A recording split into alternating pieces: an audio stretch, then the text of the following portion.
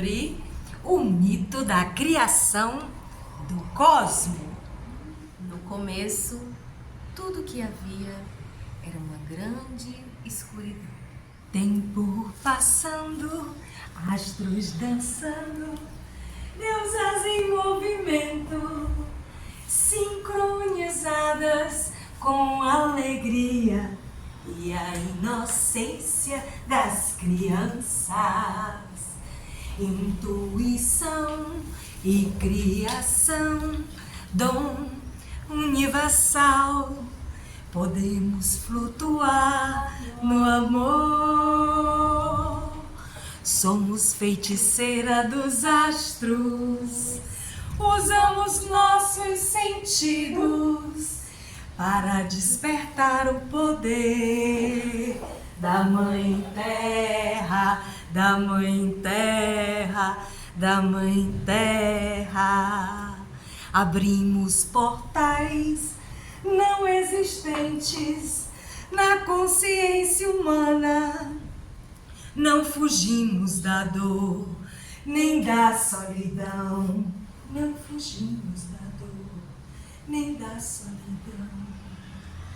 Não fugimos da dor, nem da solidão.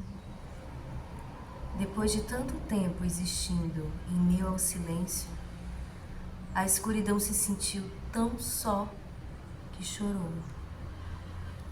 Lágrimas desde menina,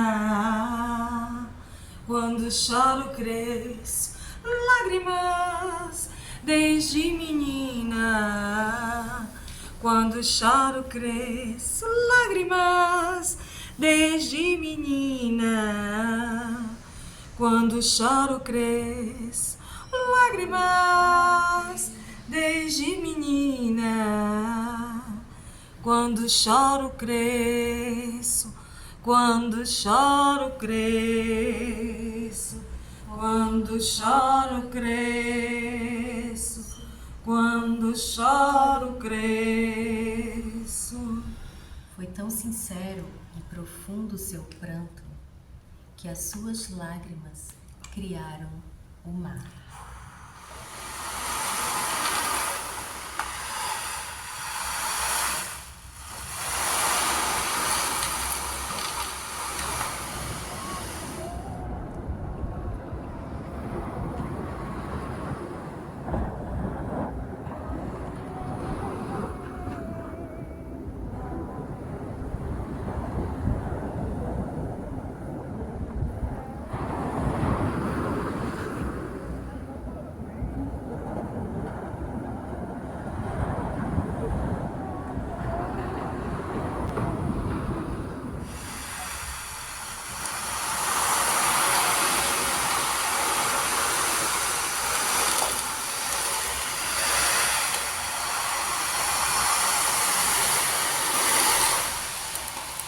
Rainha do mar mandou me chamar pros seus encantos. Rainha do mar mandou me chamar com seus encantos. Rainha do mar mandou me chamar pros seus encantos. Rainha do mar mandou me chamar pros seus encantos. Aprendo com ela a ganhar flores pro meu viver. Aprendo com ela a ganhar força pro meu cantar. Aprendo com ela a ganhar flores pro meu viver. Aprendo com ela a ganhar força pro meu cantar. Eu entrei no mar, eu entrei no mar. A rainha mandou me chamar. Eu entrei no mar, eu entrei no mar. A rainha mandou me chamar. Eu danço junto com os orixás. A rainha mandou me chamar. Vim de peito aberto pra remar. A rainha mandou me chamar. A rainha mandou me chamar. A rainha mandou me chamar. A rainha mandou me chamar. Ao perceber a imensidão de água que havia chorado, a escuridão suspirou. E neste suspiro, ela criou o vento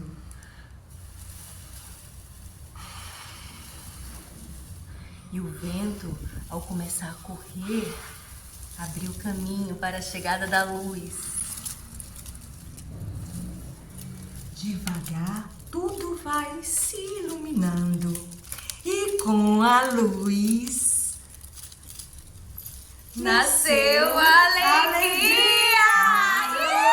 O vento clareou, clareou meus pensamentos. O vento clareou, clareou, o vento clareou, clareou meus pensamentos. O vento clareou, clareou, o vento clareou, clareou meus pensamentos. O vento clareou, clareou, o vento clareou, clareou meus pensamentos. O vento clareou, clareou, clareou, clareou, clareou. Para você saber o final dessa história, vai mesmo precisar plantar uma sementinha e fazer brotar tudo verde. Deixei minha casa toda verde. Deixei minha casa toda verde. Minha casa toda verde. Casa toda verde. Tudo verde. Verde. Verde.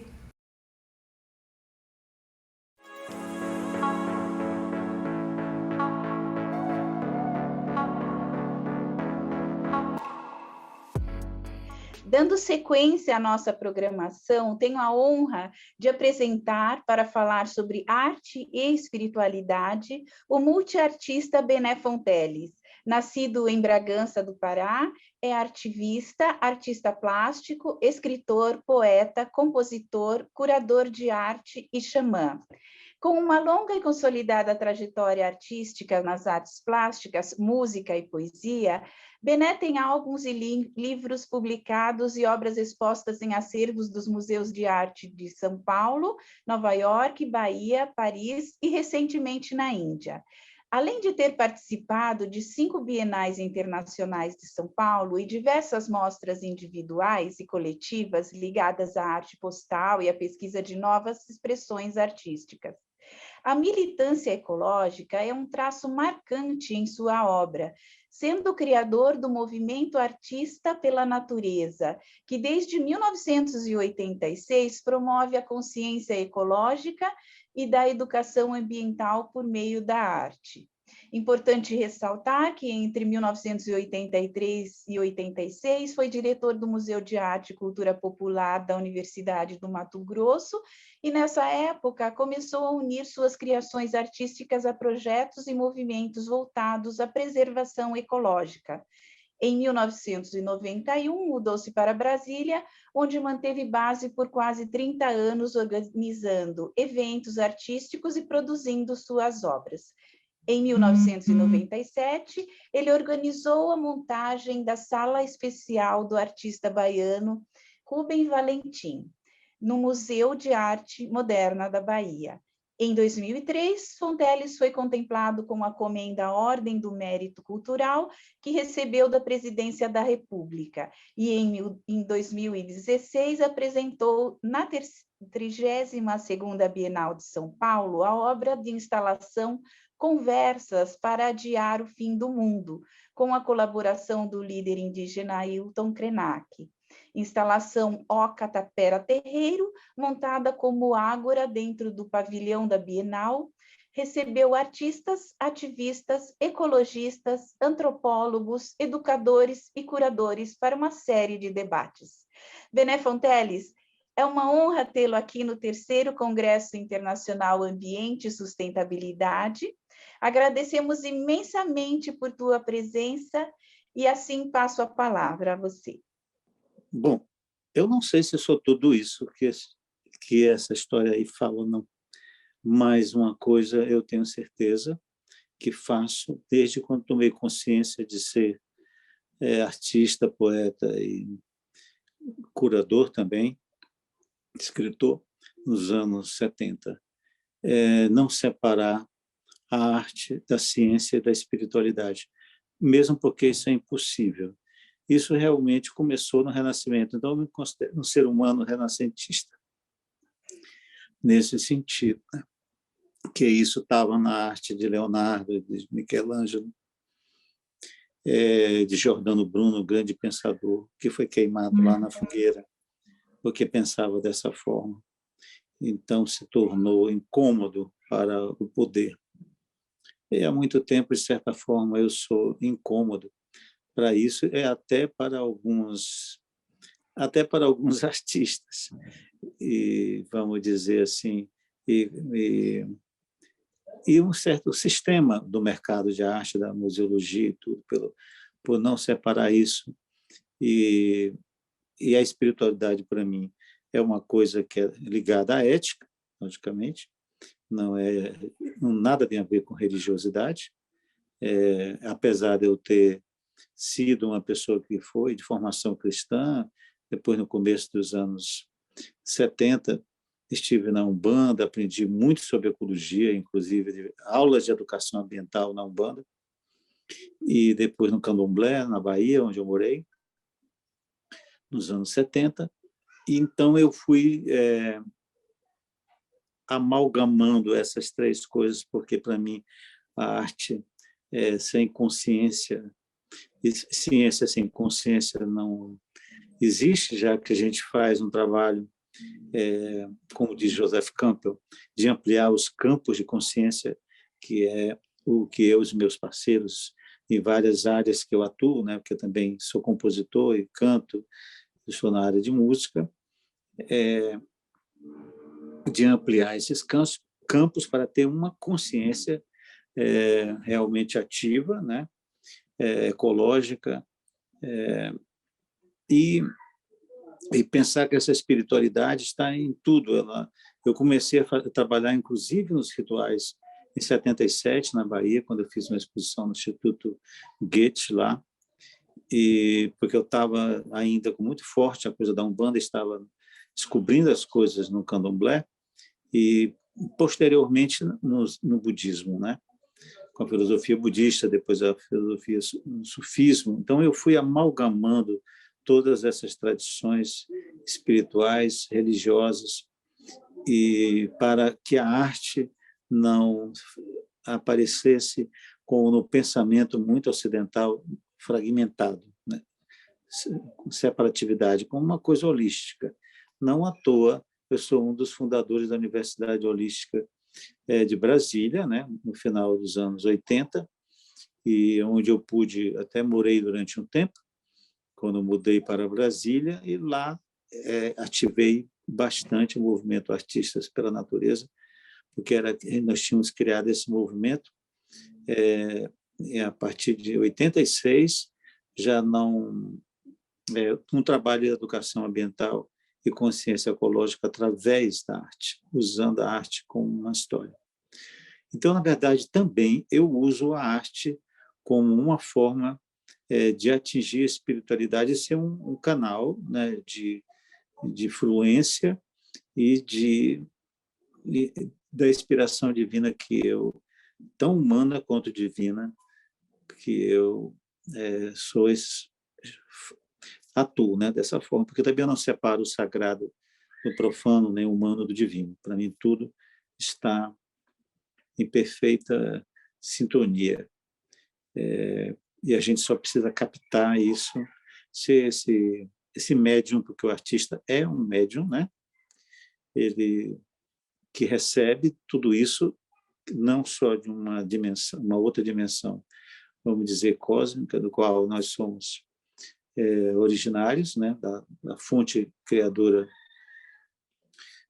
divina, e humanizamos isso, trazemos isso para a Terra, para que não seja esquecido pelos seres humanos dessa nossa origem cósmica. Então, eu estou sempre sendo leal a esse pensamento porque também não tem outro jeito, que eu preciso me manifestar dessa forma, só sei também dessa forma. Eu fui educado e talvez, logicamente, eu trago de outras encarnações ou encadernações, como eu brinco, essa história que vai vindo, e eu fui assimilando e fui um trabalho de liberdade até experimental com a vida, né, com a arte, e acho que o mais importante é você ser leal a isso do que realmente ser só um artista, ser só a arte é uma forma de usar essas várias linguagens, né, que eu tenho, estou sempre as renovando, né, para que não fique estagnado e que essa consciência esteja sempre em processo, sempre em processo. E outra coisa é que também o artista, dentro desse processo, ele não dá a obra como uma coisa completa, ela está sempre em formação, porque ele só dá 50% dessa obra. Os outros 50% é completado pelas referências culturais, espirituais, econômicas, geográficas, da pessoa que está diante dela, que está ouvindo, que está vendo, que está sentindo. Então, isso é muito importante da gente assimilar, porque você não está diante de uma obra acabada. Ela nunca está acabada, nem mesmo para mim, nem uma música que eu faço. Eu posso estar sempre aperfeiçoando ela, sempre acrescentando alguma coisa.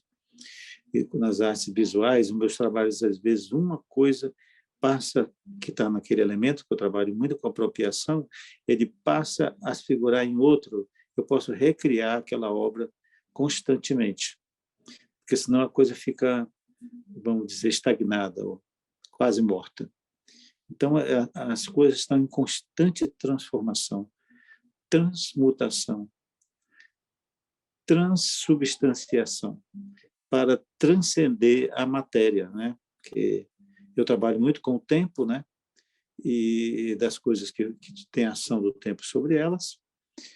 E como o Carlos Drummond de Andrade diz, o tempo é a minha matéria, mas a minha matéria também é a impermanência, porque não se trabalha sem a impermanência, é impossível.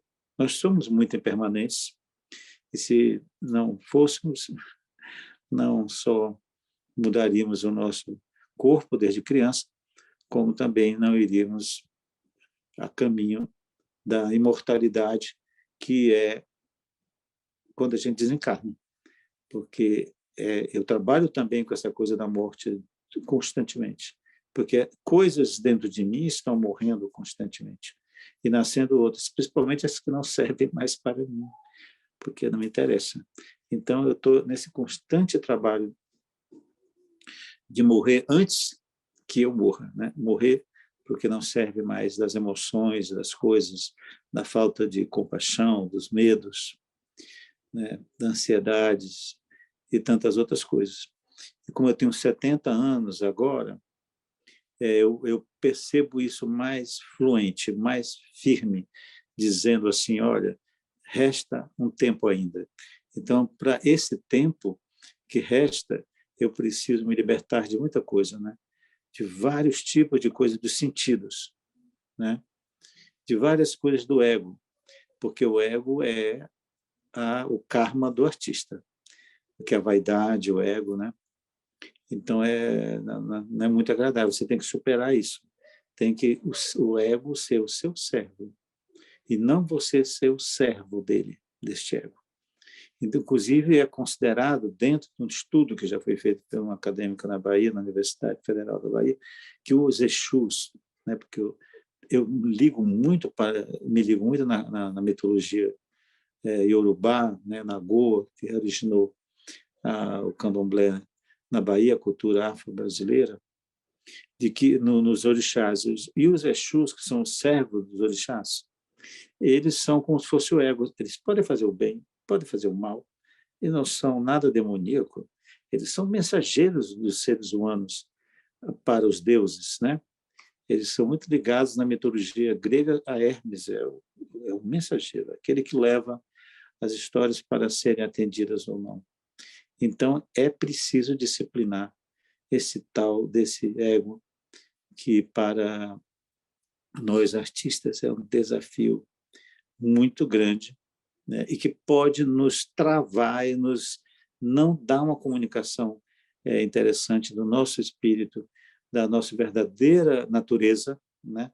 Com as outras pessoas, né? E interromper esse fluxo, e aí os 50% fica 100% totalmente para nós, o que não é bom. Mas aí temos que dar os outros 50% para que a pessoa complete isso. E quando você estiver atuando, quando eu estou cantando, eu tenho que deixar o ego lá atrás e ser a música, e ser o canto, né? Para que a pessoa perceba que ela está completando essa história do que eu estou transmitindo. Então, é uma coisa muito delicada, é um trabalho constante. E quando eu começo um recital, eu peço que o público centre-se primeiro em si mesmo, né? Não em cima de mim, da minha personalidade, mas ele está ali com sua respiração consciente, porque eu faço um trabalho de tocar os sinos, fazer que os tibetanos, os japoneses, e que eles sentem na sua história, no seu eixo primordial, e aí ele está ouvindo ele primeiro, respirando profundamente. Aí comece a sentir aquilo que eu estou transmitindo como canal, como uma coisa praticamente mediúnica. Então, esse é o processo em que a arte, a consciência e a espiritualidade pode acontecer, pode ser uma história muito boa para mim e para o outro, e que nós sejamos dentro da unicidade, né, que é divina e humana ao mesmo tempo. Os aborígenes da Austrália falam muito dessa unicidade divina, mas ela é humana e divina ao mesmo tempo. Então, é nesse sentido que eu sou esse servo das pessoas para a cura planetária, que eu trabalho pela regeneração planetária, a cura planetária e a ascensão espiritual da Terra. Nós estamos vivendo um momento de transição muito forte na Terra. Estamos sendo testados, e a pandemia foi o primeiro teste. As mudanças climáticas já tem um tempo, elas podem se acelerar e se tornarem até mais catastróficas, e é o momento de ter uma grande consciência de tudo isso que está acontecendo e a gente se transformar. Não podemos mais agir da forma destruidora ambientalmente, sem essa tão falada sustentabilidade, que virou uma coisa até da indústria, né, que quer se manter sempre ali, né, dominando, e do poder político e econômico. Então, mas a sustentabilidade mais interessante mesmo é essa coisa do espiritual. O espiritual, ele permeia tudo, está em toda a matéria, e a matéria toda e o tempo é uma grande ilusão. E então, vivemos num mundo ilusório e queremos ancorá-lo nele, e está na matéria. Mas a matéria está se deteriorando. Nosso corpo, a cada dia, ele se deteriora. E é preciso saber o que é isso, o que é a impermanência. A impermanência, que é do budismo, é das grandes lições que eu aprendi do budismo, é a impermanência. Somos impermanentes, tudo é impermanente. O tempo está passando, as coisas estão passando, as coisas estão em constante transformação e transmutação. E para que a gente transcenda tudo isso. Sem esse aprendizado é impossível viver, e só nos resta o sofrimento, que nós ficamos apegados, né, ao outro para ser feliz, né? A carência que a gente tem, não resolvemos a nossa carência com nós mesmos, né? Queremos resolver com coisas, objetos, pessoas, e não é isso. porque precisamos ser felizes e compartilhar a nossa felicidade, a nossa alegria com o outro. E não procurar as pessoas porque precisamos ser felizes com elas. Quando vamos de encontro ao outro ser, levamos a nossa alegria, a nossa felicidade, a nossa completude, e na bagagem muita compaixão, muito amor incondicional, porque na verdade sem amor incondicional não há amor. Amor que não é incondicional não é amor. Os pais sabem muito bem, eu sou pai e sei disso, as mães principalmente, que sem amor incondicional não é possível amar um filho. E assim a todos. Então é um trabalho árduo, cotidiano, que é esse meu trabalho de unir a arte com ciência e espiritualidade. Inclusive já saiu o primeiro volume do livro que eu fiz sobre isso, os ensaios que eu escrevi, com os ensaios também visuais, e já vai sair o segundo, e que é o meu legado, que eu venho reunindo há décadas, para passar essa experiência, né? Mas é, acima de tudo, com a prática que conseguimos chegar a algum ponto, porque estamos aprendendo com as pessoas o tempo inteiro. Elas estão dando lições para que a gente esteja firme nessa vontade de evoluir aqui na Terra. E principalmente agora que está se acelerando o tempo, também, de certa forma, ele não é mais o mesmo tempo. Todo mundo fica falando, tudo está passando muito rápido, mas realmente parece que é mesmo, mas é para que a gente tome essa consciência de que não podemos ser mais o que éramos.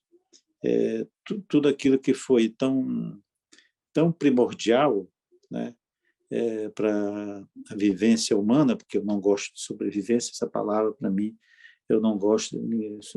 O estado de sobrevivência é um estado indigno de ser. Nós temos que ter uma vivência real, uma coisa feliz, de profundo contentamento, porque a felicidade são momentos que a gente vive, né? Mas o contentamento é o que eu procuro, no sentido de estar sempre contente com o que eu estou fazendo e estar servindo as pessoas, porque o serviço é importantíssimo. Eu, parafraseando o Chico Xavier, que eu admiro muito, eu digo o seguinte, quem não serve para nada. Então, somos servos, sempre servindo ao outro, sempre mostrando um caminho luminoso, que o outro trilhe, né, avisando das coisas que a gente já caminhou, eu, no meu caso, já caminhei 70 anos, já passei por coisas lá atrás e que eu digo, olha, tenha cuidado com aquelas coisas, não se iluda. Não se iluda porque a vida é uma grande ilusão, né? Então, é essa ilusão, esse maia, que precisamos sair dessa ilusão e ver as coisas com a sua natureza real e viver a sua natureza real. Porque não é isso todo que o sistema econômico, né, cultural e etc. está fazendo você viver. É preciso despertar, acordar. A pandemia sacudiu a nós todos, para que a gente fosse mais solidário ao outro, tivesse mais aquela coisa como Mahatma Gandhi, que é um mestre muito importante para mim, ele diz da simplicidade voluntária, e prestar mais atenção a todos os reinos da natureza, né? E fomos mineral, vegetal, animal, humano e divino. Então, e trabalhar por isso. Eu desejo luz, amor, paz e serenidade para todos vocês.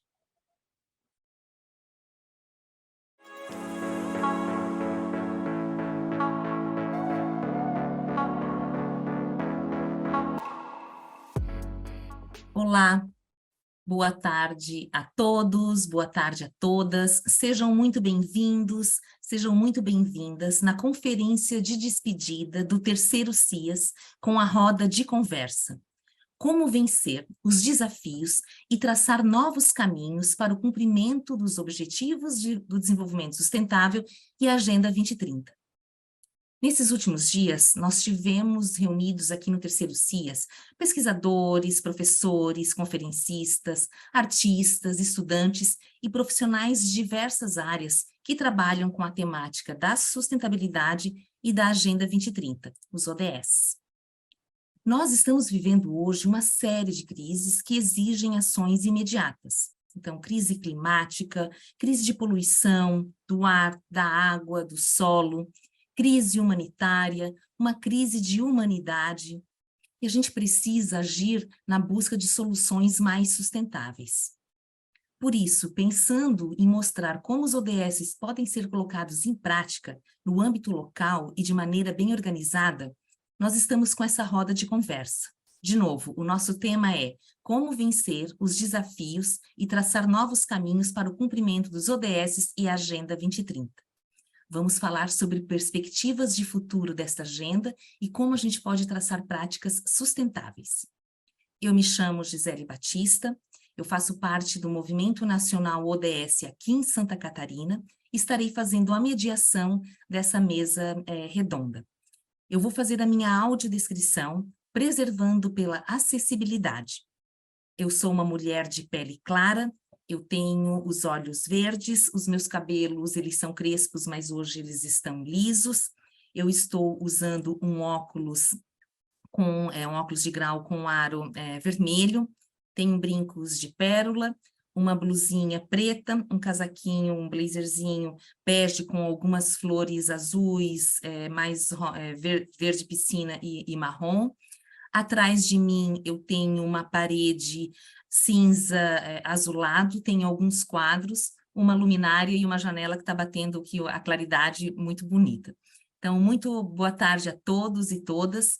E aí a gente vai começar a nossa roda de conversa com o primeiro tema dessa tarde, que é Pensando Global e Agindo Local, apresentação do case do Movimento Nacional ODS Santa Catarina. Está aqui comigo Camille Rebeca Bruns. Boa tarde, Camille, tudo bem? Boa tarde, Gi. Prazer dividir essa mesa aqui com todos vocês. Que bacana, Camille. Estou muito feliz também que a gente vai estar batendo esse papo aqui, contando um pouco da experiência, né, do Movimento Nacional ODS aqui dentro do nosso estado. Então, nós vamos estar dividindo essa apresentação, e aí eu queria que você começasse, fizesse, né, uma introdução e contasse um pouco da nossa história, da nossa governança aqui em Santa Catarina, e aí depois a gente vai, né, no finalzinho eu entro aí para a gente poder fazer o encerramento dessa nossa apresentação. Por gentileza, conte essa história e faça a tua audiodescrição.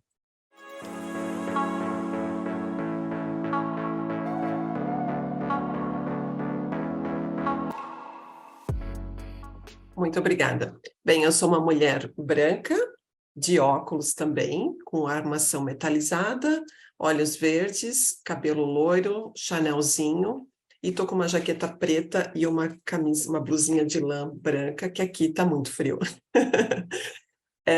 Eu vou dividir essa fala aqui com a Gisele, então, falando um pouquinho do movimento.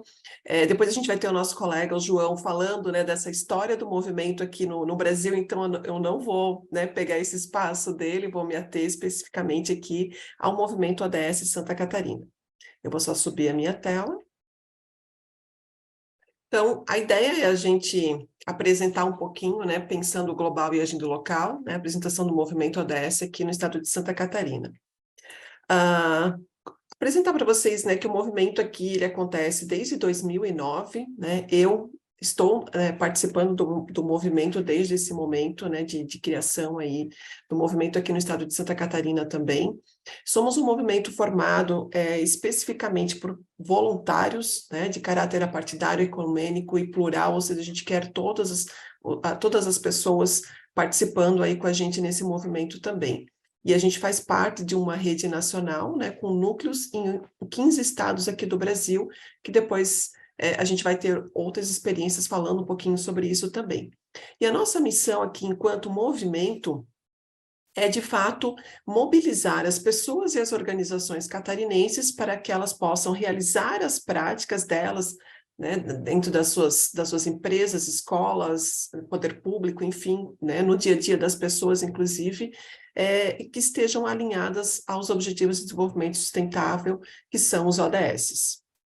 Dentro do nosso movimento aqui em Santa Catarina, a gente estabeleceu um modelo de governança, né, que está pautado aí por algumas diretrizes, e dentre elas a gente sempre procura estar falando, né, que é importante a gente falar quais são as diretrizes fundamentais de atuação do nosso movimento aqui no Estado. Então, a gente sempre tem o movimento como um espaço de colaboração, de integração e de sinergia, né, um espaço onde a gente vai estar respeitando muito a autonomia regional e das organizações, a gente não necessariamente, né, vai passar por cima disso. A gente trabalha muito com franqueza nos diálogos, né, que a gente trabalha muito essa questão da sinceridade e da honestidade no envolvimento com os diversos stakeholders aí desse movimento. A gente trabalha junto com um olhar no todo, promovendo aí uma construção de confiança entre as partes, e para que a gente possa alcançar os objetivos, é fundamental que a gente tenha efetivamente ações concretas definidas aqui no nosso movimento. E trabalhamos muito também a questão da escuta ativa, então a gente precisa escutar também o que os nossos signatários esperam aí do nosso movimento para a gente poder pensar a nossa atuação. A nossa causa é a agenda dos ODS, né? Não vou me ater aqui, porque vocês já estiveram aí por muitos e muitos momentos trabalhando com essa agenda. A nossa estrutura de governança, então a gente tem aqui um modelo onde a gente, as pessoas ou organizações, elas se inscrevem no movimento, né, e se tornam signatárias do movimento. Ele é totalmente gratuito, né, não há um custo para participar do movimento. Hoje, em Santa Catarina, nós temos 1.524 signatários, e esses nossos signatários, eles estão distribuídos, né, por tipo de empresa, instituições de ensino, organizações de classe, organizações da sociedade civil, pessoas físicas e poder público. Aqui em Santa Catarina, para a gente conseguir dar conta de todos os nossos signatários e todas as demandas que a gente tem aqui enquanto movimento, a gente criou os comitês locais, que são nada mais do que o que a gente fala, né, que são os nossos braços da coordenação estadual, né, nas demais regiões do estado, já que o nosso estado ele é bem comprido, né, ele é largo, então a nossa, basicamente, o pessoal da nossa coordenação fica mais na região litorânea, então para a gente dar conta de toda a extensão do estado, a gente criou esses comitês locais, que é uma forma de a gente também estar mais presente nas comunidades, e aonde de fato a gente tem os nossos signatários atuando, que são esses coordenadores locais, eles são eleitos a cada 2 anos, sempre, né, num ano diferente da eleição da coordenação estadual, que também acontece a cada 2 anos aqui no estado. E como a gente recebe recursos de algumas organizações, a gente tem os nossos apoiadores oficiais, e para a gente, de fato, trabalhar com a transparência do nosso movimento, a gente tem também um conselho fiscal eleito aí junto à Assembleia. E todos os nossos signatários, eles recebem, né, quando eles participam aqui do movimento, eles recebem esse selinho para eles poderem estar divulgando que eles são signatários. A partir desse ano, os nossos signatários, eles recebem um selo dizendo desde quando eles são signatários, né? Então, até trouxe aqui como exemplo o meu selinho de signatária, né? Então eu sou signatária desde 2009, e aí todos os signatários, né, anualmente eles têm que enviar relatórios para efetivamente comprovar que eles estão atuando aí em prol dos ODS, de acordo com o que o movimento vem solicitando que tenha essa atuação. Então, anualmente, os signatários eles recebem aí a validação desse selinho para poder divulgar também entre todos os seus materiais de divulgação, divulgar no site, enfim, as suas diversas redes, para falar um pouquinho sobre o movimento.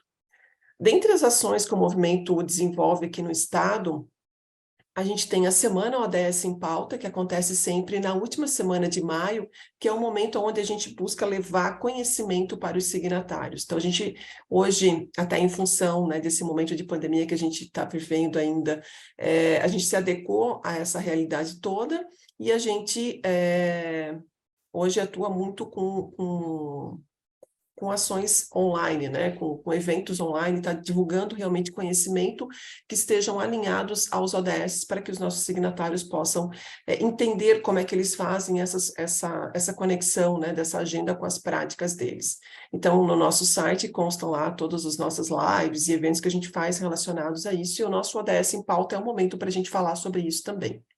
A gente faz a campanha ODS, que acontece sempre no mês de setembro, onde a gente, enquanto coordenação estadual, divulga aí uma campanha para os nossos signatários estarem disseminando nas suas redes e entre os seus diversos públicos de relacionamento. A Semana ODS na Prática, que acontece sempre na última semana de setembro, que é onde a gente pede para que os nossos signatários efetivamente demonstrem o que eles estão fazendo sobre isso, que eles possam também estimular outros parceiros, outros fornecedores, seus clientes, né, enfim, as pessoas no seu dia a dia, na sua comunidade, a trabalharem em prol dessa agenda também. A gente tem o Diálogos pelo Desenvolvimento Sustentável, que também são eventos online, onde a gente vai abordando essa questão dos ODS vinculado aí, né, ao primeiro, segundo e o terceiro setor. Então, como é que as empresas, poder público, as organizações da sociedade civil, enfim, vão trazendo cases e apresentando tudo isso. A gente tem bate-papo virtual aí para dar visibilidade às ações dos nossos signatários. Então, como a gente tem muitos signatários, eles fazem muitas coisas, a gente tem aí a cada 15 dias um bate-papo, né, do Ação ODS com alguns cases legais que não foram apresentados em nenhum outro momento ainda, para a gente poder dar essa visibilidade para os nossos signatários. Desde 2021, a gente recebeu o convite aí do Pacto Global para estar integrando o Hub ODS Santa Catarina, né, que de fato visa acelerar essas parcerias aí entre as empresas e essa agenda dos ODS. Então, aqui em Santa Catarina, o Hub está sendo desenvolvido junto com o Movimento Nacional ODS Santa Catarina, e para a gente conseguir ter efetivamente uma parceria aí mais forte e que de fato é muito importante, a gente criou o programa, o Acordo Cidades 2030, né, que é uma parceria aí com o programa Cidades Sustentáveis, onde a gente busca, de fato, trazer os municípios, né, trazer o poder público para dentro dessa agenda e como é que eles podem estar implementando tudo isso relacionado às políticas públicas nos diversos municípios aqui do estado. A gente também está junto aí com a Frente Parlamentar, né, Mista de Apoio aos ODS, para estar levando essa pauta junto ao Congresso Nacional. Aqui na Assembleia Legislativa do Estado também a gente já está, né, engajando o nosso poder público, né, a Frente Parlamentar, na verdade, né, para que ela possa estar trazendo isso para dentro da Assembleia. A própria Assembleia, ela desenvolve uma certificação, que é a certificação de responsabilidade social, e o ODS, ele é um dos itens de pontuação nessa certificação. Então, o movimento ele foi convidado para estar participando desse momento também. Então, a gente tem uma cadeira lá enquanto avaliadores. E a cada 2 anos, o movimento ele desenvolve aí o Prêmio ODS Santa Catarina e o Fórum Brasil ODS, que esse ano vai acontecer no dia 26 e 27 de outubro, e a gente tem como tema a água, né? Então já fica aí também o convite, né? A gente tá dando preferência aí para os nossos signatários estarem participando, mas havendo disponibilidade, a gente fica aberto aí para que as pessoas também possam participar. E o prêmio é uma forma de a gente poder premiar de fato, né, os melhores cases aí relacionados àqueles tipos de signatários que a gente tem aqui no movimento. Então, aqui a gente não poderia deixar de falar dos nossos apoiadores oficiais de 2023, que são as empresas que aportam recursos para que o movimento possa desenvolver aí a sua atuação em todo o estado, né, a fim de a gente levar cada vez mais essa agenda para os nossos catarinenses. E agora eu passo a palavra para a Gisele, que compartilha aí comigo essa mesa, para falar um pouquinho dessa visão de futuro, Gi. Bacana. A gente começou né, o modo de ser dessa roda de conversas que a gente tem aqui hoje é justamente pensando no futuro, né? Quais são esses desafios ou como vencer esses desafios e principalmente buscar o cumprimento das ações que visam a questão dos objetivos do desenvolvimento sustentável. E aí, um ponto que a gente sempre discute muito aqui dentro do movimento nacional, junto com os nossos signatários, é bem essa questão da responsabilização. E aí eu trago o conceito, né, do desenvolvimento sustentável, que é mais aceito. Que seria esse desenvolvimento sustentável? Né, a capacidade de suprir as necessidades das gerações atuais, ok? Sem comprometer a capacidade de atender às necessidades das gerações futuras. Então, tem muito a ver de não esgotar os recursos da natureza, do meio ambiente, do planeta, para que o modo de vida dentro do planeta seja atendido. Só que um ponto que a gente, né, tem conversado muito e tem refletido muito é essa questão de satisfazer necessidades. Quando a gente fala em satisfazer necessidades, a ideia que dá que eu preciso do planeta, eu que devo receber, eu estou numa situação passiva e que eu venho sempre recebendo. Só que a visão é completamente outra que a gente precisa pensar aqui hoje, né? A água está subindo, então a gente tem que ver essa visão de desenvolvimento sustentável sob o ponto de vista da minha responsabilidade. Como é que está a questão do meu consumo, o tipo e quantidade dos resíduos que eu estou gerando, a questão da minha falta de ação, muitas vezes, né, eu me sinto omisso, não quero participar, ou não quero nem ouvir falar sobre isso, questão de preconceitos, porque sustentabilidade não é só meio ambiente, da parte verde, a gente está falando como um todo, os 3 pilares da sustentabilidade, a questão ambiental, a questão social e a questão econômica, muito voltado também ao meu modo de vida, minha alimentação, os desperdícios que a gente tem e, sobretudo, a escolha. Então, é um ponto que a gente traz muito forte aí dentro dessa questão, dessas lideranças que a gente capacita e que a gente está sempre buscando, né, Camille, dentro da nossa coordenação de mobilização, vendo qual é a tua responsabilidade nesse processo. Como é que você pode contribuir bem pequenininho, porque a Agenda 2030, ela te traz 17 opções de você estar trabalhando em prol da sustentabilidade, e aí escolha um, e dentro do seu trabalho, dentro da sua comunidade, dentro, né, do seu dia a dia, coloque em prática para que a gente consiga, em conjunto e de forma colaborativa, olhar para esse futuro e fazer acontecer a Agenda 2030. Eu acho que era isso. Não sei se você quer colocar mais alguma questão, mas, né, fica aí o QR Code do Movimento Nacional. Quem quiser conhecer um pouco mais sobre o trabalho que a gente desenvolve aqui, entender um pouco mais, né, sobre as nossas ações, sinta-se bem à vontade. Camille, queres fazer encerramento? Não, é isso, a gente só fica, né, disponível também para dentro do próprio site do movimento, com os nossos canais aí, seja YouTube, seja Instagram, LinkedIn, enfim, né, qualquer dúvida, e convidamos aos catarinenses aqui a participarem do movimento e as pessoas dos outros estados, onde a gente também tem um movimento, que possam estar presentes aí com a gente nessa ação, né, de realmente levar essa agenda para todo mundo. Perfeito, perfeito. Muito bom, Camille, muito obrigada aí pela tua disponibilidade e dando sequência aqui à nossa temática, agora a gente vai partir para a segunda apresentação, que tem muito a ver do que a gente conversou aqui, que é a questão da responsabilidade socioambiental, educação cidadã e processo formativo transversal, Rede ODS Brasil. Para conversar comigo, eu chamo a Ariadne Enes Rocha. Olá, Ariadne, tudo bem? Ela é da Universidade Estadual do Maranhão e é membro da rede ODS Brasil. Tudo bem, minha querida? Seja muito bem-vinda. Vou te passar a palavra e peço que você, antes de começar a sua apresentação, que faça sua audiodescrição.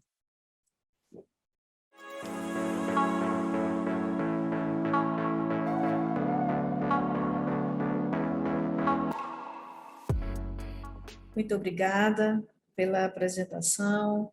Eu só tenho a parabenizar a apresentação que me antecedeu. É sempre muito motivador conhecer as outras experiências, revigorante. Eu sou de cor parda, eu tenho cabelo preto, olhos castanhos, atrás estou com uma blusa quadriculada com tons de creme, preto e rosa, e atrás de mim eu tenho um fundo preto com uma orquídea. E é um prazer estar aqui conversando com vocês, falando sobre a rede ODS Brasil. Vou compartilhar algumas imagens com vocês agora. A responsabilidade socioambiental é algo que todas as nossas instituições e nós, quanto pessoas, precisamos desenvolver.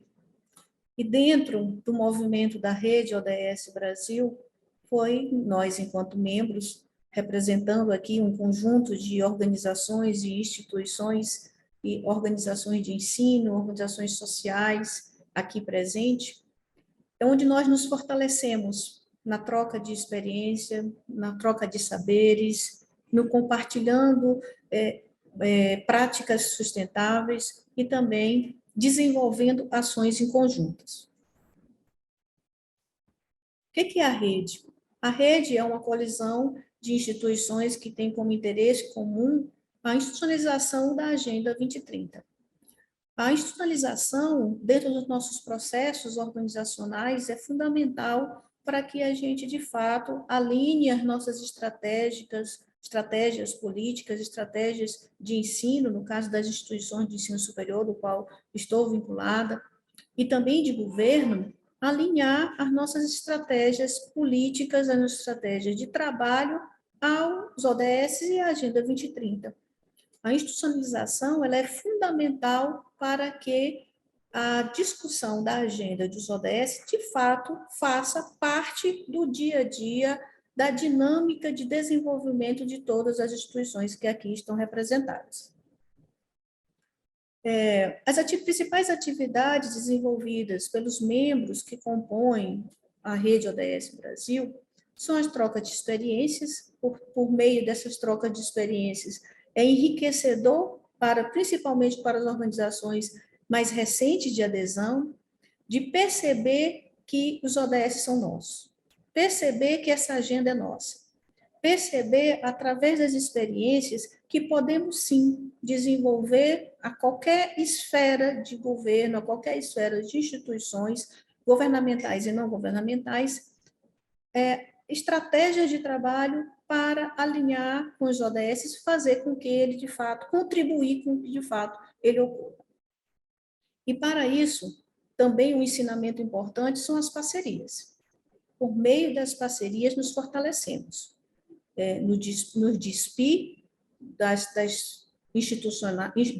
estratégias institucionais e pensar que juntos somos mais, que juntos podemos somar forças e que juntos nós podemos alcançar mais pessoas para a disseminação desse conhecimento. Outro ponto importante de exercício entre os membros é a defesa e a localização da Agenda 2030. Como é trazer o alinhamento dos ODS para a esfera das instituições de ensino superior? E, da mesma forma, para uma comunidade. Da mesma forma, para uma prefeitura ou uma secretaria. Esse é um exercício importante dessa adequação e também de próprio levar como estratégia de desenvolvimento, principalmente a nível de Maranhão, do qual eu estou aqui falando, considerando um dos estados mais pobres da federação. E, por fim, impulsionar a realização de ações pelos membros para institucionalizar a Agenda 2030. Essas são as nossas principais ações desenvolvidas no ambiente da rede. A rede, ela se subdivide em 3 grandes grupos. Instituições de poder público, Sistema Nacional de Ciência, Tecnologia e Inovação e organizações da sociedade civil. E aqui vou tratar mais especificamente de cada uma delas. Em termos das instituições públicas, esses são os principais membros, hoje, atualmente, dentro da nossa organização. Aqui, o Sistema Nacional de Ciência e Tecnologia e, por fim, a organização da sociedade civil, que fazem parte atualmente da Rede ODS Brasil. No entanto, para além dos grupos, ainda há a ação entre grupos, que dialogamos entre nós, que é o grupo de GT, Desenvolvimento Urbano Sustentável, que tem como principais ações a promoção do desenvolvimento urbano sustentável, a democratização da Agenda 2030 por meio da produção e disseminação de conhecimento, e promover o desenvolvimento urbano, a nova agenda e, de acordo com o Acordo de Paris, e marco Sendai para a redução dos riscos e desastres. Um outro grupo que é multidisciplinar, que tem organizações da comunidade, como também das instituições de ensino e como também dos órgãos públicos, são esses que estão aqui sendo apresentados, pertencentes a esse grupo. Um outro grupo que temos de discussão e de ação é o GT Década do Oceano, que tem como estratégia a promoção da década das ciências oceânicas para o desenvolvimento sustentável, contribuindo para a valorização da valorização dos oceanos, mantendo os oceanos limpos, oceanos saudáveis e resilientes, e assim por diante. E, por fim, a democratizar a Agenda 2030 por meio da produção e disseminação do conhecimento sobre esta temática. Aqui apresento para vocês as organizações que fazem parte desta ação de articulação para a década dos oceanos.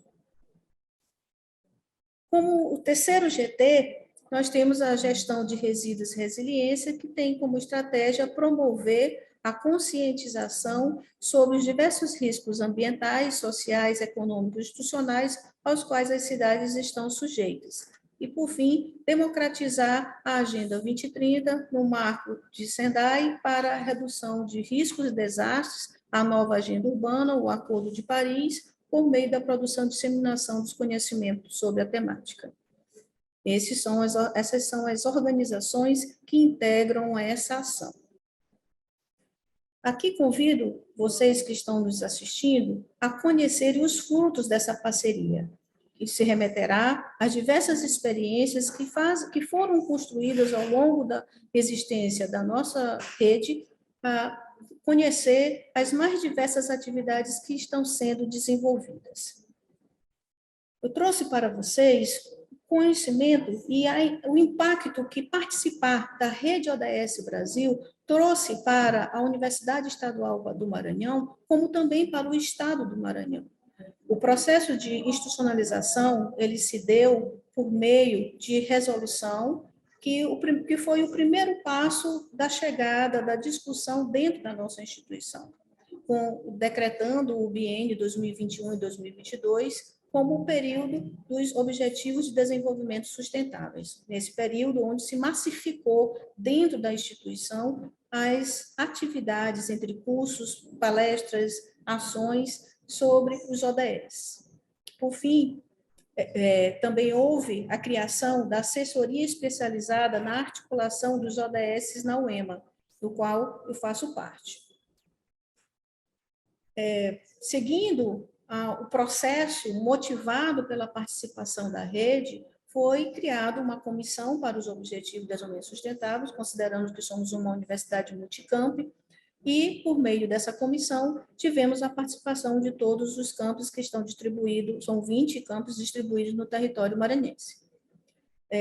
Tivemos a oportunidade de inserir o processo de discussão da Agenda 2030 e dos ODS dentro do Plano de Desenvolvimento Institucional, que vai ter a gestão de 2021 e 2025, e consta todos os projetos estratégicos e as políticas desenvolvidas dentro desse plano estão presentes e têm alinhamento com a Agenda 2030, com os ODS.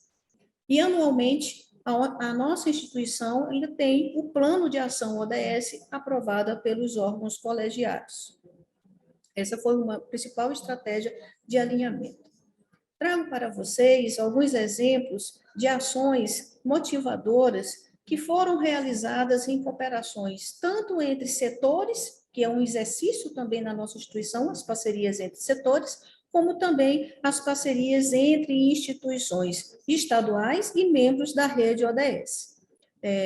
Diversos exemplos, instituímos o simpósio Agenda 2030 e os ODS, que já está na sua terceira edição, com temáticas diferentes. Ano passado, ele teve o foco na igualdade de gênero, este ano ele já terá o foco em saúde e bem-estar, produção de podcasts, circuitos ODS, onde ciclo de palestras em todos os campos da nossa instituição. Foi instituído também uma plataforma ODS, onde há o cadastro de experiências para práticas sustentáveis e, no final de cada ano, durante a realização do simpósio, ocorre a premiação ODS UEMA, que leva o nome de um professor, José Oscar de Melo Pereira. Em parceria com a rede e as demais instituições que assim a compõem, foram produzidos diversos cursos. Então, nós temos 3 módulos de cursos dentro da plataforma Escada, todos produzidos pela nossa instituição, em parceria com a rede ODS, onde se trata dos conceitos gerais, depois da institucionalização e depois práticas com as comunidades. E também tivemos uma experiência de formação de curso para assessores populares em ODS, em parceria com a Universidade Federal do Tocantins e Rede ODS Brasil. Por conta desses cursos iniciais, teve uma repercussão dentro do nosso território, onde nós fomos convidados pelos governos do estado à produção de cursos para servidores públicos. Então, foi muito positivo a experiência de iniciarmos com o processo de formação interna dos nossos docentes e discentes e servidores e ter essa projeção para formar servidores públicos, que ocorreu em 2 módulos, e alinhado ao PPA, ao alinhamento de políticas estaduais ao orçamento, como também a formação básica desses funcionários, como tivemos representação de todas as secretarias de Estado. Tivemos cursos específicos para a formação de gestor, que foi o curso Gestor Sustentável, e ainda em andamento, nós estamos colaborando com a conclusão do curso, foi a elaboração, planejamento e conclusão do curso, planejamento governamental alinhado à Agenda 2030, um curso ofertado em escala nacional pela rede ODS. A movimentação e os conhecimentos e compartilhamentos que ocorreram dentro do ambiente de rede nos abriram horizontes, conhecimento de pessoas, né, que nos permitiram parcerias importantes para a nossa instituição. Aqui apresento 2 parcerias que foram concretizadas por meio de memorando de entendimento com o Unicef e com o PNUD, ambas consolidadas esse ano. E com desenvolvimento de trabalhos estratégicos, com lançamento de editais, com alinhamento de políticas institucionais sendo realizadas, com foco no desenvolvimento desses dois órgãos gigantescos que têm ação dentro do nosso território e, principalmente, como assim já mencionei, considerando a realidade do Estado maranhense.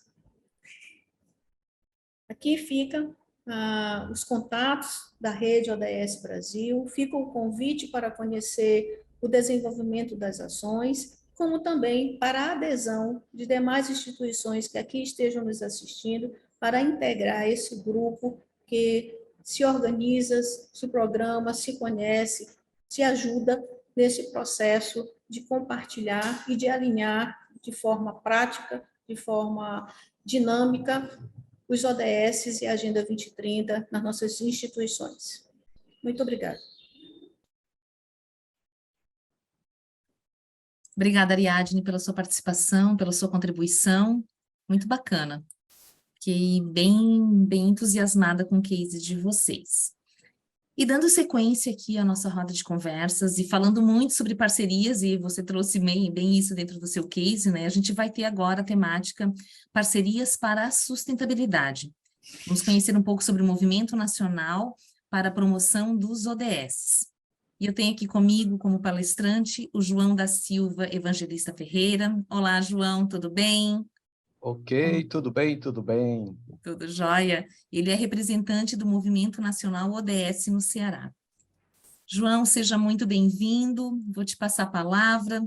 Te peço que você faça aí a tua audiodescrição para que a gente consiga ter essa integração e preservar pela inclusão e acessibilidade de quem está aqui nos assistindo. Muito obrigada.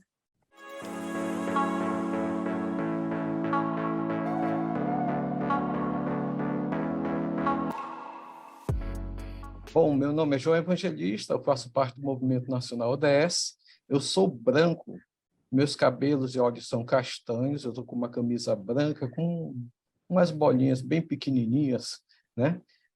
Pretas, e estou sentado numa poltrona super macia, super agradável, e eu transmito essa sensação maravilhosa para todos vocês. E eu espero que essa sensação de conforto ela permaneça durante toda a apresentação, trazendo também Esperanças para o Futuro.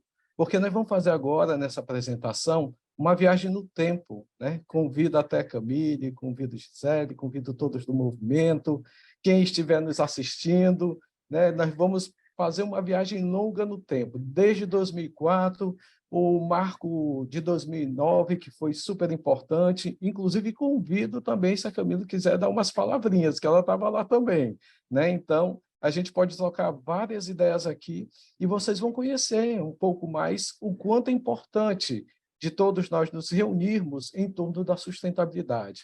E principalmente pegando o guia dos ODS, que eu considero um guia muito eficiente, com seus indicadores e metas, para a gente realmente constatar o que nós estamos atingindo, né? O que nós estamos fazendo. Bom, então eu vou passar uma apresentação para todos vocês, tá? Essa apresentação vai ser justamente um pouco da nossa história dos ODS, tá? Certo?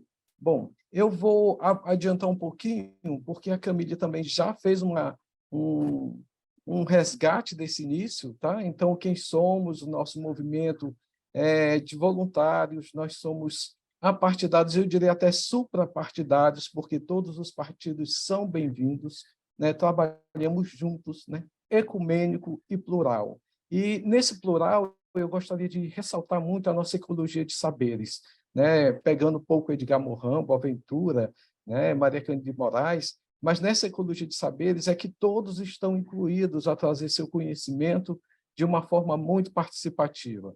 Então, o nosso movimento ele vai desde as grandes empresas multinacionais até a dona de casa que está assistindo a gente, né? Nós chegamos até as pessoas, porque fazer realmente a inclusão é não deixar ninguém fora. Então, a gente vai chegando onde está. Então, lá em Roraima, tem comitês, tem núcleos, né, que são realizados em comunidades indígenas, na fronteira com a Venezuela, que está naquela questão muito grande, né, dos problemas da Venezuela, da imigração, enfim, estamos onde o povo está, né? Todo artista tem que ir aonde o povo está, como já dizia, certo? Então, nós vamos mobilizando para todos os setores da sociedade, tá? E também a nossa visão é ser uma referência mundial, né, no alcance dos ODS. E tem sido para todos nós do movimento, e acredito também na rede ODS tem esse pensamento, a gente tornar o nosso Brasil como referência, porque, afinal de contas, nós já fomos referência no combate à fome e à miséria, gente. A gente já conseguiu diminuir muito, né, a escala de fome e miséria, houve um momento de retrocesso, mas a gente já conseguiu sair do mapa da fome e da miséria e estamos saindo novamente. E, se Deus quiser, ainda vamos melhorar ainda mais nossos indicadores. Então, nós estamos espalhados no Brasil afora, né, que alguns pontos, né, que nós temos o nosso movimento. Aqui são pontos que eu estou falando da rede estadual, mas nós temos também núcleos municipais, né, como Santa Catarina mostrou, aí alguns núcleos que tem nos municípios, que são realizados nessa parceria com os municípios, tá? E a partir desses núcleos a gente vai compor com nossos signatários, né, uma representatividade na sociedade, tá? Para que a gente possa articular os comitês locais. Nesses comitês locais são realizados cursos, palestras, são realizadas premiações, né? A gente tem uma boa relação também com o selo Unicef, porque o selo Unicef trabalha muito ODS nas escolas e, por isso, é uma estratégia nossa também com o selo Unicef. E a gente busca cada núcleo ter sua autonomia para atuar, né? É por isso que, se vocês observarem ao redor do Brasil, no contexto nacional, os núcleos eles atuam de maneiras diferenciadas. Tem alguns que são mais organizações não governamentais, tem alguns que atuam mais com prefeituras, né, com o poder público, tem outros que trabalham mais com empresas. Então, vocês vão observar essa diversidade de atuações, tá, que faz a riqueza do nosso movimento. Então, nossa estrutura de gestão está o Conselho Nacional, que eu faço parte, tá? Temos os núcleos estaduais, com as coordenações estaduais, e os nossos signatários, que fazem parte dos núcleos estaduais. Tá bom? Bom, aqui tem os endereços que vocês podem aprofundar o conhecimento do nosso movimento ODS, tá? Tem o nosso e-mail para tirar dúvidas, mas ainda tem a historinha que vai trazer um pouco de inspiração, né? Então, eu trouxe aqui um pouco do Voltaire, um pouco de filosofia, porque sem filosofia não dá para se viver feliz, gente. A gente tem que filosofar. Tá? Então, todo ser humano é culpado pelo bem que não fez. Tá? Então, todos nós fazemos parte do desenvolvimento sustentável, da melhoria da qualidade de vida, todos nós fazemos parte de uma cidade mais feliz, mais acessível, né? A inclusão social, a justiça social, todos nós fazemos parte disso. E a gente, quando se omite, nós somos culpados quando acontece essa exclusão, essa injustiça. Então, fechar os olhos e achar que não é da nossa conta é muito grave.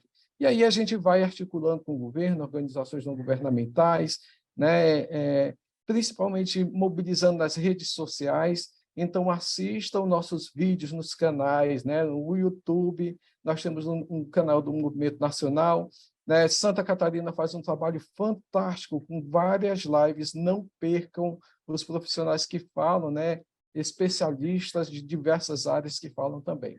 E aqui é um pouco do passado para matar a saudade, né, Camille? Né? Em 2005 foi lançada uma campanha Nós Podemos, 8 jeitos de mudar o mundo. Que coisa linda, né? Isso aqui, esses símbolos, né? Foi criado pelo brasileiro Percival Caro Preso, tá? Na época da agência publicitária. E aí foi muito bacana também, porque em alguns produtos, por exemplo, aqui no Ceará, a fábrica Três Corações ela adotou na embalagem do café, né? E eu chegava às vezes no supermercado e tinha as crianças assim, olha que bonitinho, eu acho que é para recortar e brincar. Eu adorava isso, porque é uma forma também de disseminar os nossos ODS, né? Então, as crianças recortavam e brincavam, pegavam 2 embalagens e brincavam de jogo de memória. E eu achava muito bacana isso, né? Essa criatividade. Tá? Bom, então começou em 2006 a 2011, né? Vão surgir os primeiros núcleos estaduais Nós Podemos, lembrando que na época era ODM e o nosso nome era Nós Podemos, tá? Nessa época, de 2006 a 2011, surgem os primeiros núcleos. Houve o Prêmio ODM Brasil, que era fantástico, era uma premiação para todo nível nacional, e era muito bonita a premiação de todas as categorias, né, de todos os setores da sociedade. Aqui tem algumas fotos das premiações e também de alguns, nós realizávamos fóruns e seminários ODS pelo Brasil afora. E era uma coisa muito, muito, muito engajadora. Muitas pessoas engajavam, mas ainda tem muito caminho pela frente, né? O Sistema S, principalmente o SESI, ele promovia muitos ODS. Eu fui ex-SESI, né? Na época eu era do SESI. Então, ele promoveu, nos núcleos de responsabilidade social empresarial, vamos dizer assim, desenvolveu para que todos os produtos do SESI seriam com os ODM na época. Tá? Então, o movimento no SESI do Paraná foi muito forte, ele alavancou, ele conseguiu estimular também os SESIs do Brasil afora, e por aí, cada vez mais, o nosso movimento foi crescendo, até que nós fizemos uma parceria muito grande com o PNUD e com a Presidência da República, né? E foi muito legal, que a Secretaria da Presidência da República ficou nos acompanhando em todos os eventos durante muito tempo. Bom, e nesse acompanhamento de parcerias com a Secretaria da Presidência da República, nós recebemos essas cartininhas bonitinhas, né, com o Brasilzinho todo, com os ODMs, e a gente fazia visita aos municípios, né, falar com os gestores municipais, buscando o engajamento cada vez mais dos ODMs na época, né? Então, isso em 2010, era a municipalização dos objetivos, porque foi detectado que alguns municípios ainda hoje não têm um conhecimento mais aprofundado a respeito de desenvolvimento sustentável, imagina os objetivos, né? Então, ainda temos que fazer muito trabalho no setor público, né? Sobre a questão do desenvolvimento sustentável e dos objetivos.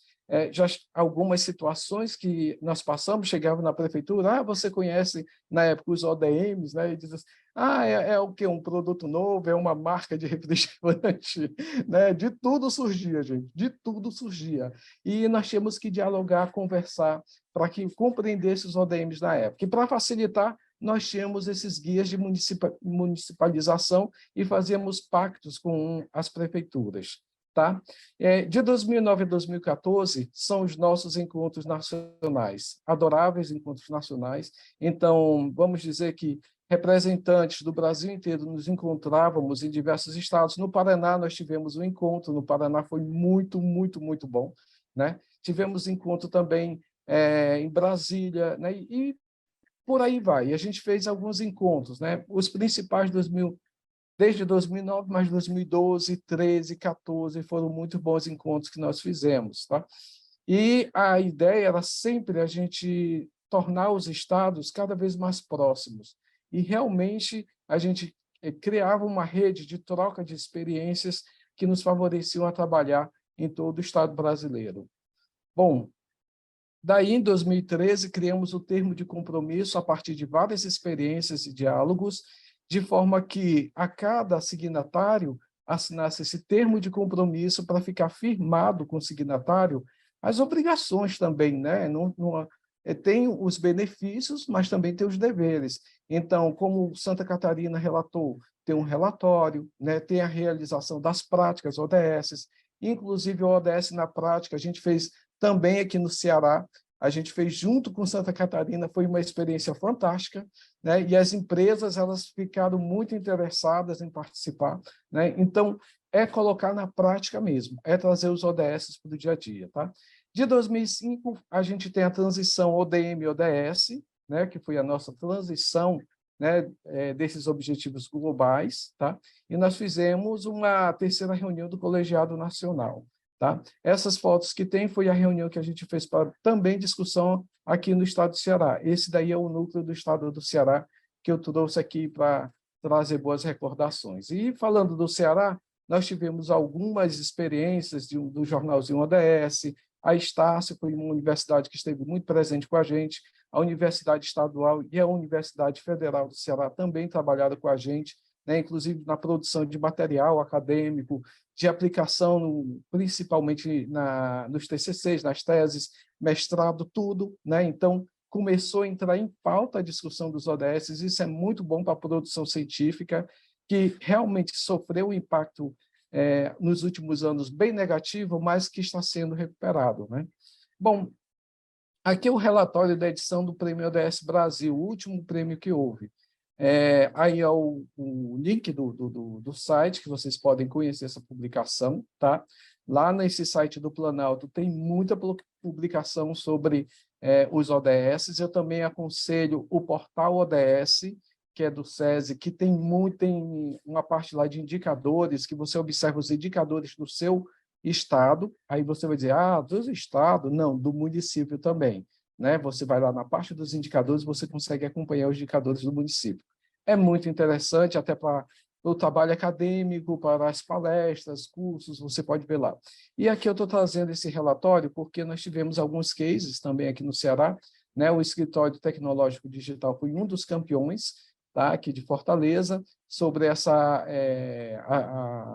o prêmio ODS, tá? Então, ele é desenvolvido na Universidade Federal do Ceará. Eu não vou me prolongar nos detalhes, porque, como eu mostrei no site, vocês podem aprofundar, certo? A prática educacional sustentável do IEP, que também já foi premiado 2 vezes, né, no prêmio, ele recebeu o prêmio ODM e também o prêmio ODS, então é uma experiência fantástica. Em todo o seu material didático tem os ODS, e ele trabalha com jovens aprendizes com as empresas. Então, os jovens aprendizes eles aprendem a fazer projetos para promover os ODS nas empresas. É um projeto muito interessante, né? Bom, e o modelo de gestão do CISAR, tá? É uma prática muito considerável, porque vocês conhecem a situação do Ceará, né? A situação de algumas regiões de seca, e o CISAR tem um impacto muito positivo, e os detalhes vocês poderão encontrar no relatório. Bom, e o que eu deixo de principal mensagem para encerrar essa apresentação é que o único raio de sol é suficiente para afastar muitas sombras. Então, eu pergunto muito para jovens, né, para as pessoas, que futuro elas enxergam, né, o que elas estão vendo para o futuro. E muitas delas dizem que não tem muita esperança, né, que não acha que não vai ter, a mudança climática vai acabar com tudo, né? E eu me lembro, quando eu era criança, diziam muito assim, ó, no ano 2000 o mundo vai acabar. Eu acho que quem é da minha geração ouviu muito, né? Tanto que quando chegou o ano 2000, todo mundo ficou em alerta. Ia ter o bug do milênio, uma série de previsões catastróficas. E a gente viu que conseguiu superar muita coisa, né? Com muita fé, muita esperança. O mundo não acabou, muito pelo contrário, o mundo sempre está em reconstrução. E é esse convite que eu faço para todos que estão assistindo, né? Sejamos todos um raio de sol, um raio de luz para afastar essas sombras e trazer um pensamento de sustentabilidade, de futuro, né? De esperançar no futuro, que é muito importante para todos nós. E esse convite é para que vocês participem também das diversas redes, né? Dos diversos movimentos que promovem os ODS. Agradeço muito, obrigado. Bacana, João, muito obrigada. Obrigada, João, pela sua contribuição, pela sua apresentação, foi bem legal, me fez relembrar alguns pontos aí, realmente, desse histórico dos ODS, ODMs, a sustentabilidade, essa luta que a gente tem. Eu vou aproveitar esses últimos minutinhos, eu vou fazer uma perguntinha para cada um dentro daquilo que a gente apresentou, ok? Para que a gente consiga consolidar essa apresentação, esse conhecimento que vocês trouxeram aqui. Vou começar pela Camille, pode ser, Camille, contigo? Bacana, bacana. A gente faz parte do movimento aqui nacional, mas você tem muito mais histórico, tem muito mais participação, muito mais vivência dentro deste processo, né? E nós temos um perfil bem peculiar, que a gente tem agentes, né, e personagens da sociedade como um todo. Então, a gente tem primeiro setor, tem segundo setor, organização não governamental, nós temos pessoas signatárias como pessoas físicas, então é uma amplitude muito, muito grande. Mas eu queria que você pudesse passar para a gente a tua perspectiva bem pessoal mesmo, de tudo que você já viveu enquanto movimento, essa troca do ODM para o ODS. Como é que é a tua visão desse processo participativo que a gente está tendo dessas entidades, dessas instituições? Isso tem crescido, isso tem aumentado o comprometimento, isso é uma pista de que realmente o ODS, né, veio para ficar, a sustentabilidade vai fazer parte dentro dessas corporações, empresas, organizações, né, no dia a dia. Como é que você enxerga isso? Assim, a gente já alcançou muita coisa ou ainda falta muito para a gente poder galgar aí para essa tão sonhada sustentabilidade? Eu acho que as duas coisas, né, Gi? A gente já alcançou muita coisa, a gente tem muita coisa para fazer, né?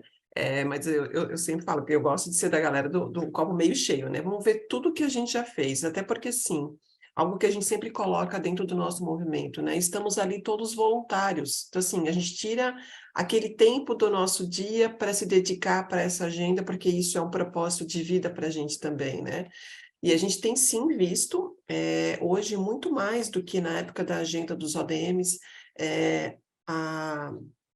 as empresas, as organizações, as pessoas como um todo se engajando nessa agenda, acho que cada vez mais, né, e a gente observou isso no momento, né, de 2020 para agora, assim, do nosso próprio movimento, aqui em Santa Catarina, especialmente, a gente pulou de 600 signatários para 1.500, né, então, em 2 anos, a gente conseguiu mais signatários do que nesse tempo todo que a gente tinha ali de movimento, né, de mais de 10 anos, e tudo isso veio porque está se exigindo esse novo olhar das empresas, esse novo olhar das pessoas para o nosso jeito de viver, para o nosso jeito de consumir, aquilo que tu colocou na tua apresentação um pouquinho, né? Qual é a nossa responsabilidade com aquilo que a gente está fazendo, qual é a nossa responsabilidade com o nosso planeta e o que eu posso fazer com isso? Então, sim, a gente já conseguiu muita coisa, cada vez mais, né? A gente hoje tem muito mais portas abertas quando a gente vai levar esse tema para as empresas, para as organizações. Eu sempre dou exemplos, assim, né, eu tenho empresas que, às vezes eu batia lá na porta, queria conversar com eles sobre os ODS e não queriam me ouvir. E hoje eles vêm atrás, a gente quer conhecer um pouquinho mais do movimento. E eu, tá, mas por quê?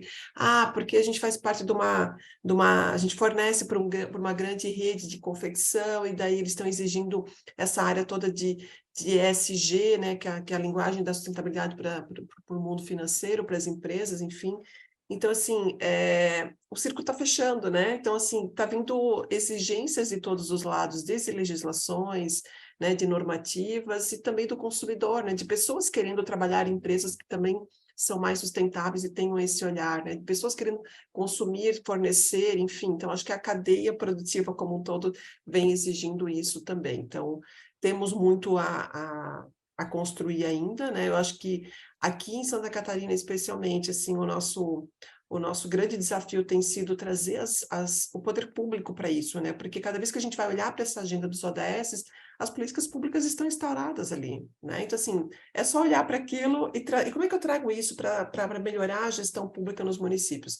Então, não é só isso, mas acho que esse é um dos grandes desafios que a gente tem aqui no nosso estado, especialmente.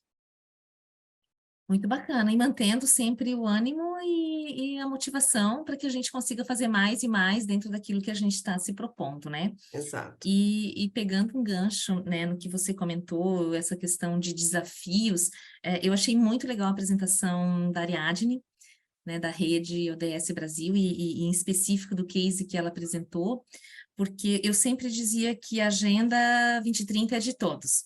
E aí ela trouxe, o ODS é nosso.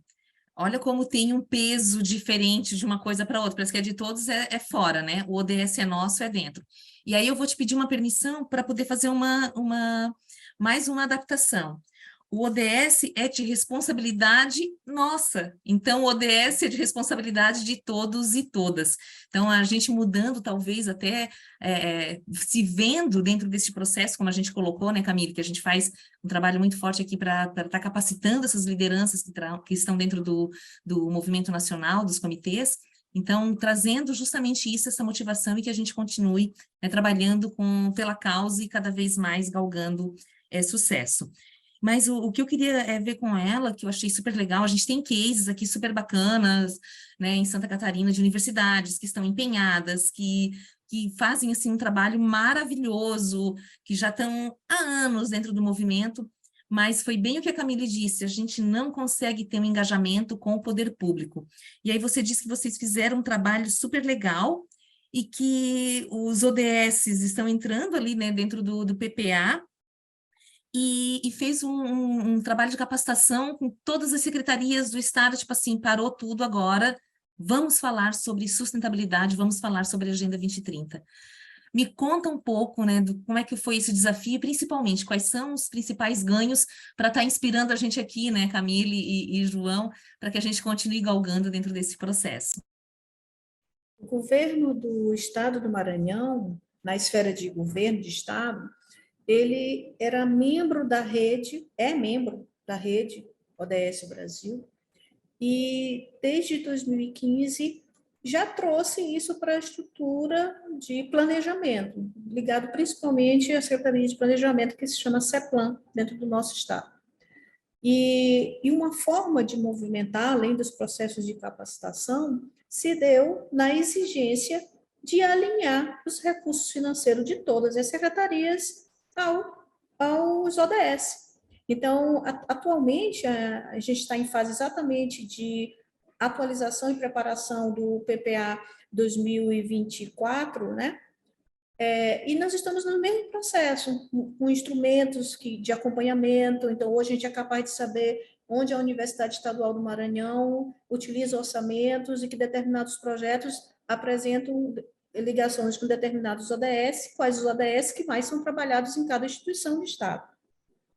E nesta visão, a Universidade Estadual do Maranhão, ela sentiu a necessidade da atuação de preparar o servidor público, e isso na esfera interna, primeiramente, e quando a discussão se deu dentro da universidade, repercutiu para o governo do Estado, da necessidade, principalmente nesse momento, durante a pandemia e pós-pandemia, de capacitar o seu corpo técnico para melhor esse alinhamento estar. Porque uma coisa eu sempre dizia, a Universidade Estadual do Maranhão é ODS 4, e por aí ficava, sem fazer a localização específica, o estudo específico, aonde mais podemos avançar. Então, não tem educação se não tem alimentação. Então, nós temos uma universidade que tem uma política de restaurante gratuito, com almoço e jantar. Então, nós temos uma universidade que desenvolveu uma política, um comitê de de enfrentamento da violência de gênero. Então, se foi avançando à medida que mais se alinhava, se mais conhecia, e o gestor interno em processo de capacitação, a comunidade em processo de capacitação, ocorre naturalmente essa progressão. E estarmos num ambiente de rede, onde se escuta aqui, como também neste espaço, experiências outras, que, opa, posso também. Aqui nós já fazemos, mas nem mencionamos, não damos tanta ênfase quanto necessário. E essa experiência ela é importante, porque ela é uma problemática aqui e que ainda a gente não desenvolve uma ação específica.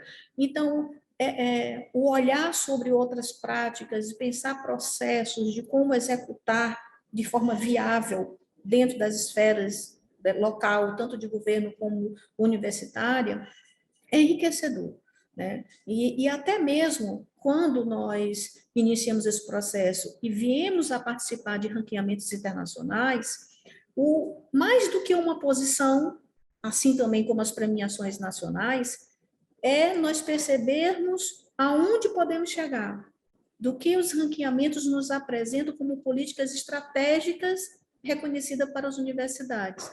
E isso nos ensina, né? Então, participar dos ranqueamentos, das premiações, dos grupos, são processos de ensinamento que hoje têm impacto na política institucional. Isso também foi importante, porque não é só um grupo, nem um setor da instituição, mas passa a ser adotado como política institucional. Muito legal, muito bom mesmo. A gente vê assim que a gente vai dando, né, os passos, caminhando, às vezes não é bem como a gente gostaria, mas é o que a gente pode fazer em coletivo e em parceria. E aí eu queria fazer uma pergunta para o João, foi super bacana ali que ele fez a apresentação dele, e até colocou, né, que tem tantos municípios que ainda não sabem o que é desenvolvimento sustentável, o que é sustentabilidade, quiçá saber o que é um objetivo do desenvolvimento sustentável. Na verdade, o CBEDS fez alguns anos atrás, fez uma pesquisa, e cerca de 40% da população brasileira nunca ouviu falar sobre o que é um objetivo do desenvolvimento sustentável. Menos de 5% da população, na verdade, sabe o que é e como se aplica e onde buscar mais informações a respeito do tema. Então, por isso que estamos aqui, né, trabalhando tanto.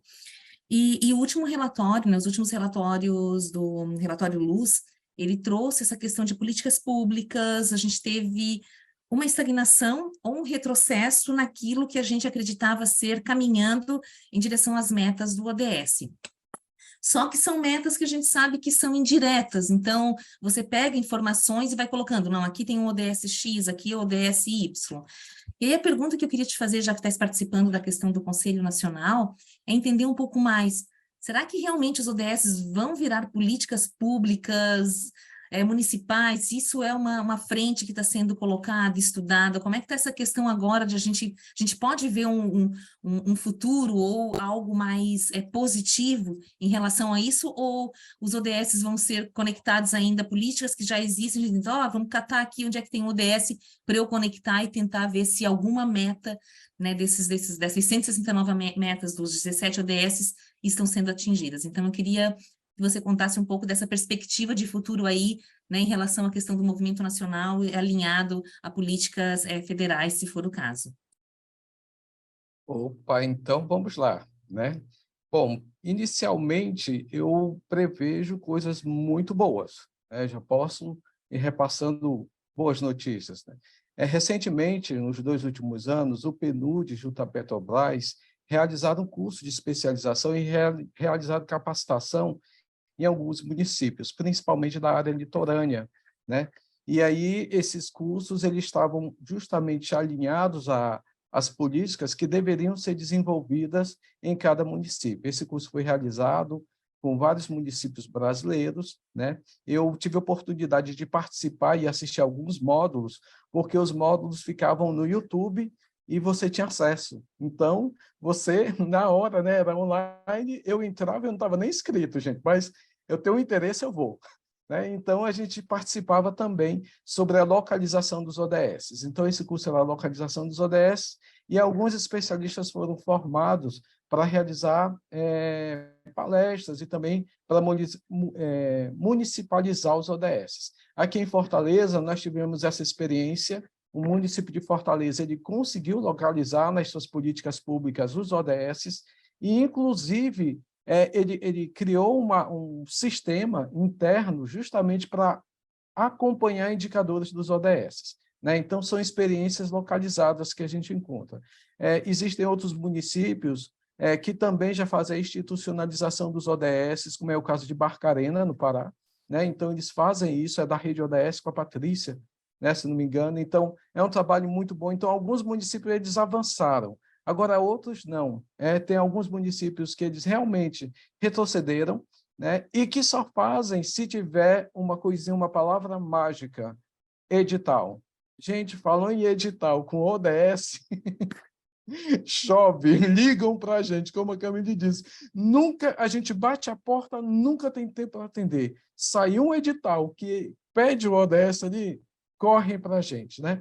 Então, tem muita questão do interesse. E aí tem um interesse também do poder público. Se a área governamental, o poder público, ele está querendo promover os ODS, ele está criando, por exemplo, secretarias, né? Ou então comitês, ou então algum núcleo articulador que agora está se voltando a criar, né, porque ele foi desarticulado em 2019, nós tínhamos, dentro da Secretaria da Presidência da República, né, tínhamos um grupo articulador lá, que inclusive visitava todos os estados, e era muito bom, e foi desarticulado em 2019. E quando desarticulou em 2019, desarticulou toda a estrutura de mobilização dos ODS. Nós passamos esse tempo todinho, eu vou falar bem sinceramente, penando, buscando parcerias para a ODS, porque não era do interesse do poder público, né, do governo federal. Mas agora estamos voltando, inclusive está sendo criada uma comissão de desenvolvimento sustentável dentro do Ministério das Relações Exteriores. Nós temos lá, daqui, a rede ODS está participando lá da comissão, tá? E o movimento ODS tem 2 participantes também dessa comissão. Isso é importantíssimo. Isso significa que vamos estreitar nossos laços com o PNUD e com a Presidência da República e as políticas públicas retomarão o passo, né? E dando exemplo de política pública, por exemplo, Bolsa Família no ODS 1, né? Eu não vou falar dos 17, porque senão a gente pararia aqui meia-noite, gente, não é o objetivo. Mas, enfim, é uma política pública que está muito dimensionado e agora eles estão utilizando como, vamos dizer assim, um indicador de ODS, né? Então, como eu posso localizar esse ODS no meu município, né? Um recado aí para os gestores municipais, né? Vê aí a quantidade de pessoas que estão sendo atendidas pelo Bolsa Família e, principalmente, as que conseguem sair da situação de fome e miséria, né? A gente tem que contar. Eu sempre penso o seguinte, quando se trabalha com política pública, a gente tem que pensar em atender todo mundo, mas diminuir a clientela, entende? O raciocínio é o seguinte, a gente vai atender a todos, mas o objetivo é a gente diminuir pessoas na miséria, na fome, pessoas que não têm acesso às universidades, ao ensino médio de qualidade, à profissionalização. Então, nós temos que pensar isso, tá? Então, nas políticas públicas, eu acredito muito que, a partir de agora, nós vamos ter muito incentivo, muito investimento focalizado nos ODS, porque é um pensamento, né, da atual política pública do governo federal, né? Nós temos no Ministério da Educação o ex-governador do Ceará que tem esse pensamento, o ex-governador do Maranhão está na justiça, então a gente está bem representado, né? Então, nesse sentido, eu acho que os ODS eles estão no caminho certo. Já que aqui no Ceará já se pensava nos ODS, e no Maranhão tem até, né, o governo já era signatário dos ODS. Então, é uma questão muito importante. Agora, nós precisamos nos preparar para a demanda, gente. Vem muita coisa pela frente, né? Então, o nosso trabalho vai redobrar. É nesse sentido. E assim seja, né? Acho que a gente viu nesses últimos dias aqui no CIAS, né? A gente viu artistas, profissionais, pesquisas, então está todo mundo aí pronto para colocar em prática e chega de a gente ficar só na superficialidade e ODS, não, vamos botar em metas, vamos botar a mão na massa, porque o futuro é agora. Então, como é lá em 2005 nós podemos, a gente continua podendo, beleza? E não tem que esperar para 2030 para ver a coisa acontecer e começar a agir. Então, a gente começa a construir o futuro agora e lá em 2030 a gente colher, sim, né, o tão esperado desenvolvimento sustentável, que a gente consiga dar capacidade de sustentação à vida no planeta hoje, que a gente está com a água subindo, e que a gente consiga construir isso para outras gerações que vão vir pela frente. Pessoal, muito obrigada pela apresentação de vocês, pelo tempo, pela disponibilidade, por contar tão carinhosamente esses cases, assim, fiquei bem inspirada, muito bom fazer parte disso, saio daqui mais motivada e espero que quem esteja nos ouvindo também, né, sinta um pouco dessa emoção e que faça parte, seja signatário, procure um movimento próximo onde mora, para poder estar contribuindo também a essa agenda tão especial e que é nosso grande plano de futuro aí para a humanidade, para que a gente consiga, né, ter um futuro melhor para todos. Mais uma vez, muito obrigada e uma ótima tarde.